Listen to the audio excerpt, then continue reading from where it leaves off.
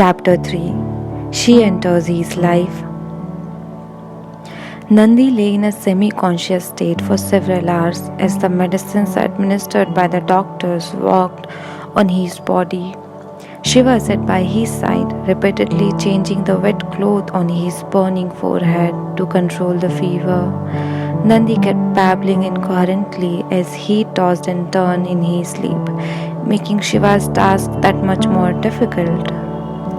I have been searching long, so long, 100 years. Never thought I find Nilkant. Jai Shri Ram. Shiva tried to ignore Nandi's babble as he focused on keeping the fever down, but his ears had caught on to something. He's been searching for 100 years? Shiva frowned. The fever's affecting his bloody brain. He doesn't even look a day older than 20 years. I've been searching for 100 years, continued the oblivious Nandi. I found Nilkant. Shiva stopped for a moment and stared hard at Nandi. Then, shaking his head dismissively, he continued his ministrations. Shiva had been walking on a paved signposted road along the river Vyas for the better part of an hour. He had left the rest house to explore the area by himself, much against a rapidly recovering Nandi's advice. Nandi was out of danger, but they had to wait for a few days, nevertheless, so that the captain could be strong enough to travel. There was not much Shiva could do at the rest house, and he had begun to feel restless. The 3 soldiers had tried to shadow Shiva, but he had angrily dismissed them. Will you please stop trying to stick to me like leeches? The rhythmic hymns sung by the gentle water of the Vyas soothed Shiva. A cool, tender breeze teased his thick lock of hairs. He rested his hand on the hilt of his scabbard as his mind swirled with persistent question. Is Nandi really more than 100 years old? But that's impossible, and what the hell do these cracky Meluhans need me for anyway? And why in the name of the holy lake is my bloody throat still feeling so cold? Lost in his thoughts, Shiva did not realize that he had stared off the road into a clearing. Staring him in the face was the most beautiful building he had ever seen. It was built entirely with white and pink marble. An imposing flight of stairs led up to the top of the high platform, which had been adorned by the pillars around its entire circumference. The ornate roof was topped by a giant triangular spire, like a giant namaste to the gods. Elaborate sculptures were carved upon every available space on the structure. Shiva had spent many days in Meluha, and all of the buildings he had seen so far were functional and efficient. However, this particular one was oddly flamboyant. At the entrance, a signpost announced, Temple of Lord Brahma. The Meluhans appeared to reserve their creativity for religious places. There was a small crowd of hawkers around the courtyard in the clearing. Some were selling flowers, others were selling food. Still, others were selling assorted items required for a puja. There was a stall where worshippers could leave their footwear as they went up to the temple. Shiva left his shoes there and walked up the steps. Entering the temple, he stared at the design and the sculptures, mesmerized by the sheer magnificence of the architecture. What are you doing here? Shiva turned around to find a pandit staring at him quizzically.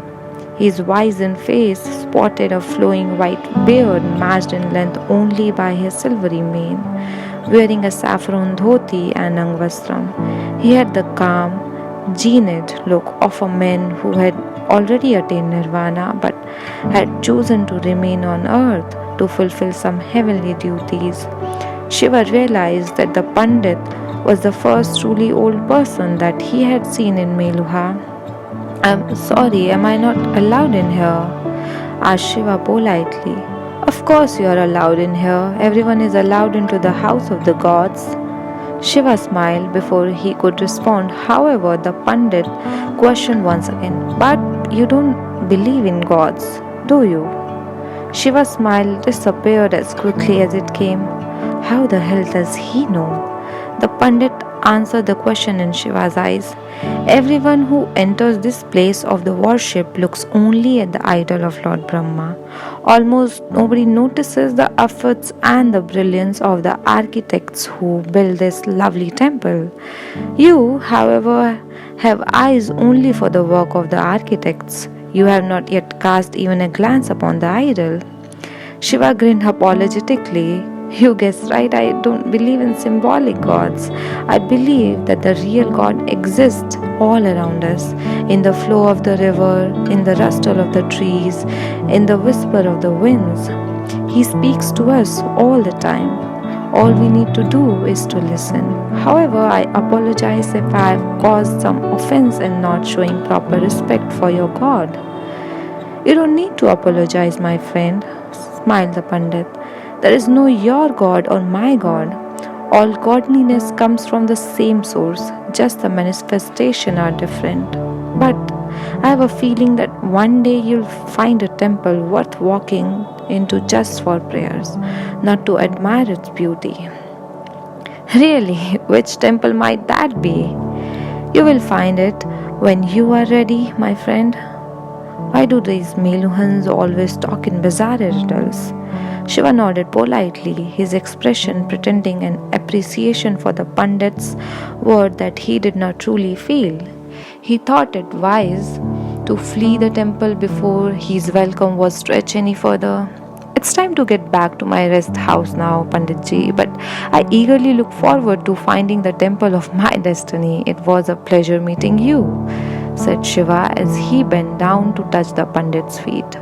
Placing his hand on Shiva's head, the Pandit said gently, Jai Guru Vishwamitra, Jai Guru Vashishta. Shiva rose, turned and walked down the steps. Looking at Shiva walking away from him, clearly out of the earshot, the Pandit whispered with an admiring smile. For he had recognized his fellow traveler in karma. The pleasure was all mine, my karma sathi. Shiva reached the shoe stall out on his shoes and offered a coin for the service. The shoekeeper politely declined. Thank you, sir, but this is a service provided by the government of Meluha. There is no charge for it. Shiva smiled. Of course, you people have a system for everything. Thank you. The shoekeeper smiled back. We are only doing our duty, sir. Shiva walked back to the temple steps. As he sat down, he breathed in deeply and let the tranquil atmosphere suffuse him with its serenity. And then it happened. The moment that every unrealized heart craves for, the unforgettable instant that a soul clinging on to the purest memory of its previous life longs for, the second that is spite of a conspiracy of the gods only a few lucky men experience, the moment when she enters his life. She rode in on a chariot, guiding the horses expertly into the courtyard, while a lady companion by her side held on to the railings. Although her black hair was tied in an understated bun, a few irrelevant strands danced a spellbinding kathak in the wind. Her piercingly magnetic blue eyes and bronze skin were an invitation for jealousy from the goddess. Her body, though covered demurely in a long angavastram, still ignited Shiva's imagination enough to sense the lovely curves which lay beneath. Her flawless face was a picture of concentration as she maneuvered the chariot skillfully into its parking place. She dismounted the chariot with an air of confidence. It was a calm confidence which had not covered the ugly distance toward arrogance. Her walk was dignified, stately enough to let a beholder know that she was detached but not cold. Shiva stared at her like a past piece of earth mesmerized by a passing rain cloud. Have mercy on me. My lady, I still feel it's not wise to wander so far from the rest of your entourage, said her companion. She answered, Kritika, just because the other don't know the law doesn't mean that we can ignore it. Lord Ram clearly stated that once a year a pious woman has to visit Lord Brahma. I will not break that law, no matter how inconvenient it is to the bodyguards. The lady noticed Shiva staring at her as she passed by him. Her delicate eyebrows arched into a surprised and annoyed frown. Shiva made a valiant attempt to tear his glance away, but realized that his eyes were no longer in his control. She continued walking up, followed by Kritika. She turned around at the top of the temple steps to see the caste unmarked immigrant at a distance, still staring at her unabashedly. Before turning to walk into the main temple, she muttered to Kritika, These uncaught immigrants, as if we'll find our savior amongst these barbarians. It was only when she was out of sight that Shiva could breathe again. As he desperately tried to gather his wits, his overwhelmed and helpless mind took one obvious decision. There was no way he was leaving the temple before getting another look at her. He sat down on the steps once again. As his breathing and the heartbeat returned to normal, he finally began to notice the surroundings that had been constructed by her recent presence. He stared once again at the road on the left from where she had turned in. She had ridden past the cucumber seller standing near the banyan tree. Incidentally, why is the cucumber seller not trying to hawk his wares? He just seems to be staring at the temple. Anyway, it is not any of my concern. He followed the path that her chariot had taken as it had swerved to its left. Around the fountain at the center of the courtyard, it had then taken a sharp right turn past the shepherd standing at the entrance of the garden. Incidentally, where were these shepherds' sheep? Shiva continued to look down the path. The chariot had taken into the parking lot. Next to the chariot stood another man who had just walked into the temple complex but had inexplicably not entered the temple itself. He turned to the shepherd and appeared to nod slightly. Before Shiva could piece together the information that he had just seen, he felt her presence again. He turned immediately to see her walking down the steps, with Kritika walking silently behind. Still finding this route, caste unmarked, obviously foreign man staring at her, she walked up to him and asked in a firm but polite voice, Excuse me, is there a problem? No, there is no problem. I just felt that I had seen you before somewhere, replied a flustered Shiva. The lady was not sure how to respond to this. It was obviously a lie, but there appeared to be a sincere voice behind it. Before she could react, Kritika cut in rudely. Is that the best line you could come up with? As Shiva was about to retort, he was alerted by a quick movement from the cucumber seller. Shiva turned to see him pulling out a sword as he tossed his shawl aside. The shepherd and the men next to the chariot also stood poised in traditional fighter position with their swords drawn. Shiva immediately drew his sword and stretches out his left hand protectively to pull the object of his fascination behind him. She, however, deftly sidestepped his protective shield, reached into the folds of her angavastram and drew out a honed sword. Shiva glanced at her, surprised, and flashed her a quick, admiring smile. Her eyes flashed right back, acknowledging the unexpected yet providential partnership. She whispered under her breath to Kritika, Run back into the temple. Stay there till this is over. Kritika protested, But my lady, now, she ordered. Kritika turned and ran up the temple steps. Shiva and the lady stood back to back in a standard defensive partner position. They covered all the direction of any possible attack. The three attackers charged in. The two more jumped in from behind the trees to join the other three. Shiva raised his sword defensively as the shepherd came up close. Feigning a sideward movement to draw the shepherd into an aggressive attack, Shiva dropped his sword low. The shepherd should have been tempted to move in for a kill would, and in response, Shiva would have quickly raised his sword and dug it deep into the shepherd's heart. The shepherd, however, moved unexpectedly. Instead of taking advantage of Shiva's opening, he tried to strike Shiva's shoulder.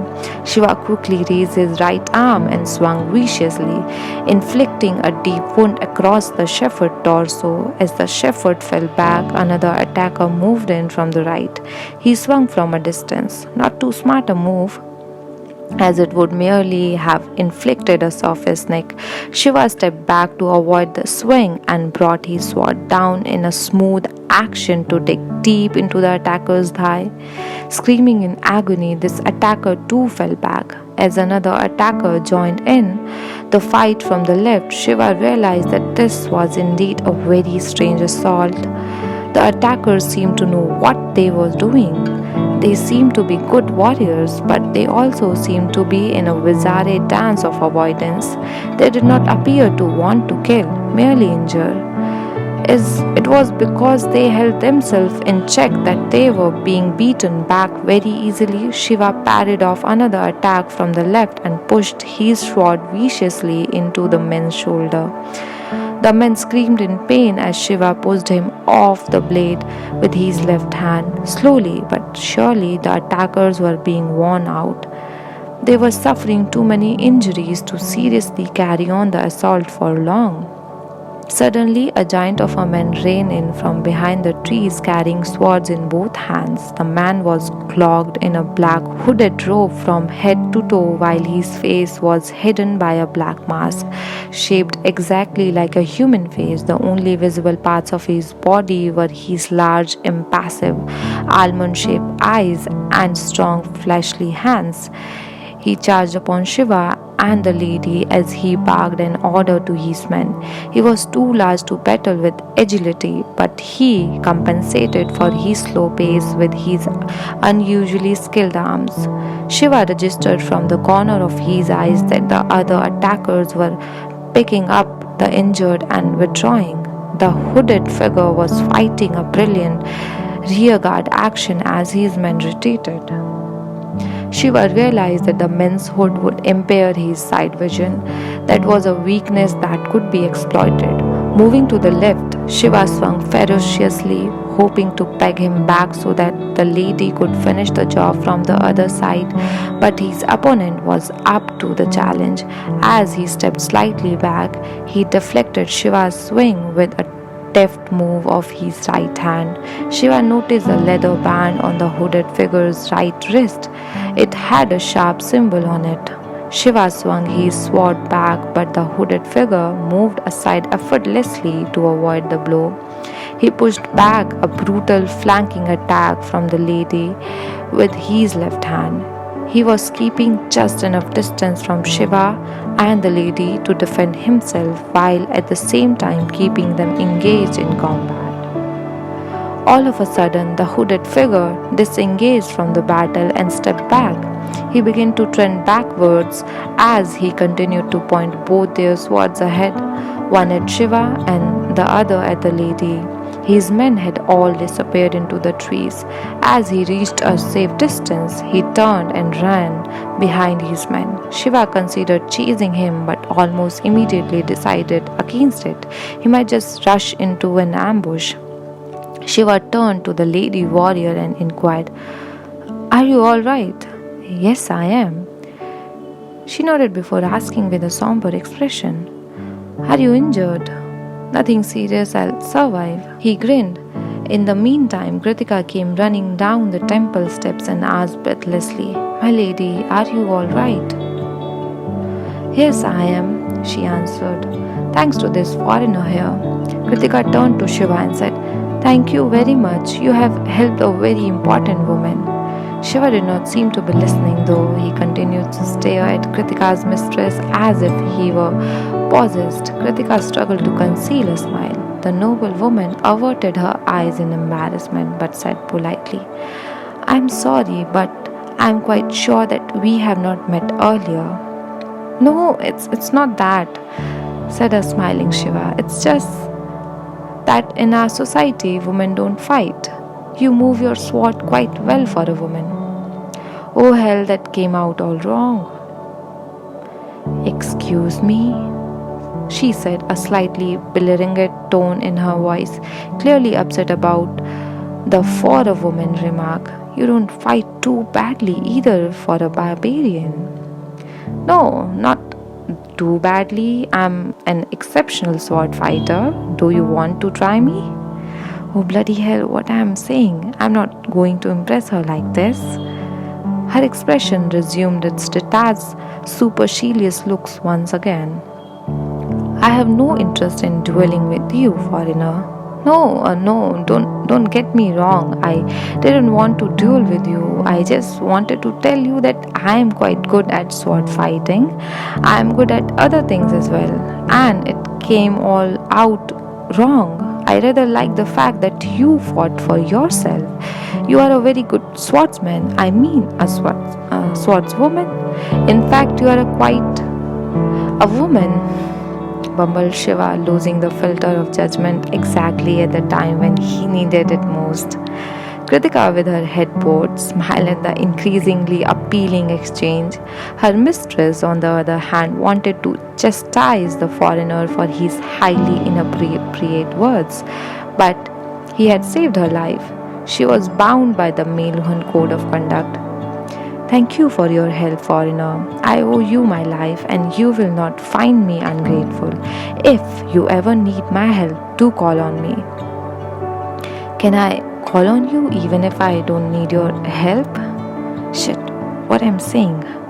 She glared at the cast unmarked foreigner who clearly did not know his place. With superhuman effort, she controlled herself, nodded politely, and said, Namaste. With that, the aristocratic woman turned around to leave. Kritika continued to stare at Shiva with admiring eyes. However, on seeing her mistress leaving, she too turned hurriedly to follow. At least tell me your name, said Shiva, walking to keep pace with her. She turned around, staring even more gravely at Shiva. Look, how will I find you if I need your help? asked Shiva sincerely. For a moment, she was out of words or a glare. The request seemed reasonable. She turned towards Kritika and nodded. You can find us at Devagiri, answered Kritika. Ask anyone in the city for Lady Sati. Sati, said Shiva, letting the ethereal name roll over his tongue. My name is Shiva. Namaste, Shiva. And I promise you I'll honor my word if you ever need my help, said Sati as she turned and climbed into her chariot, followed by Kritika. Expertly turning the chariot, Sati urged her horses into a smooth trot. Without a backward look, she sped away from the temple. Shiva kept staring at the despairing profile of the chariot. Once it was gone, he continued to stare at the dust with intense jealousy. It had been fortunate enough to have touched her. I think I'm going to like this country. For the first time in the journey, Shiva actually looked forward to reaching the capital of the city of the Meluhans. He smiled and started towards the rest house. Have to get to Devagiri quickly.